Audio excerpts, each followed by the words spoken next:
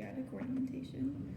The meaning of its symbolism is long forgotten. With the acceptance of Christianity, Byzantine motifs made their appearance in ornamentation. Beside these influences, nature had a further effect on the decoration and coloring of fancy work. Under the spell of the diverse topography of the Ukrainian countryside, there appeared different elements in the composition and coloring of decorations. Ukraine is a granary. Flax flourishes there.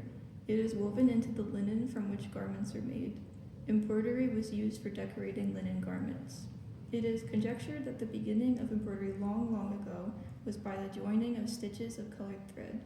There are still preserved today various methods of joining the threads.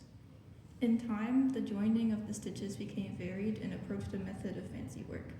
It is thought that one of the first ways of embroidering was zavolkania, tweed replica, as in Polscia Nizinka in Puchocina. Accordingly, it is assumed that ancient fancy work in its development took the road following the pattern in the weaving. So it was with the tweed replica, and variegating the stitches whereby the separate parts of the garment were joined. Zavolkania, tweed pattern, is a method of making the pattern in the embroidery by drawing the colored thread horizontally through calculated threads of the linen. Nizinka is a similar method of embroidery, except that the colored threads are drawn vertically through calculated threads of the linen on the wrong side, and the pattern planned comes on the right side of the linen. For color and durability, waxed flaxen threads are used for embroidery. To this day, in the Poltava region, the thread for embroidery is called zapolo. At the time, for the sake of variety, the wax was colored with soot and thereby the threads were colored. Such colored threads had a captivating appearance. It is not clearly known at which period in Ukraine colors from plants were first used to color the thread.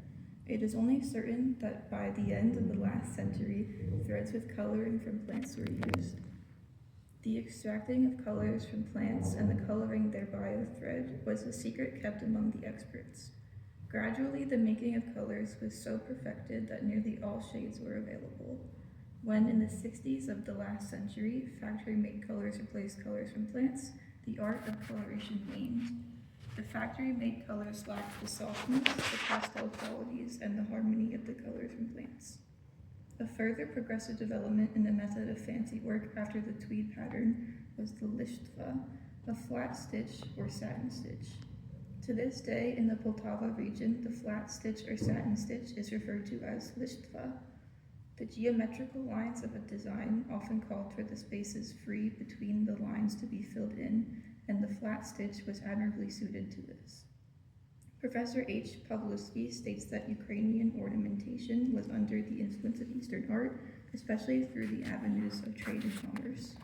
As formerly said, the plant motif in carpet designs came from Persia and Asia Minor to the left bank of Ukraine. From Asia Minor and Syria, the geometrical ornament came to the right bank of Ukraine through the Balkans. Usually the ornaments on carpets and woven articles had their influence in Ukraine's carpet weavers. Ornamentation in the Byzantine style is to be seen to this day in the frescoes of the Sobor and St. Sophia, Kiev. There is firm foundation for asserting that the cloister block method of embroidery came from Byzantium. The Greek manner of cloister block work is identical with the method used in Ukraine. This method of fancy work is treasured to this day in the Poltava region and also in Polscia. The ways of arranging the ornaments and the coloring differ. In Poltava, pastel colors are used for the work of embroidering, and in Polscia, the white, red, and black feature. In Poltava, this method of fancy work is called veruzvania, and in Polscia, riz, probably from the word rizate, to cut. Okay,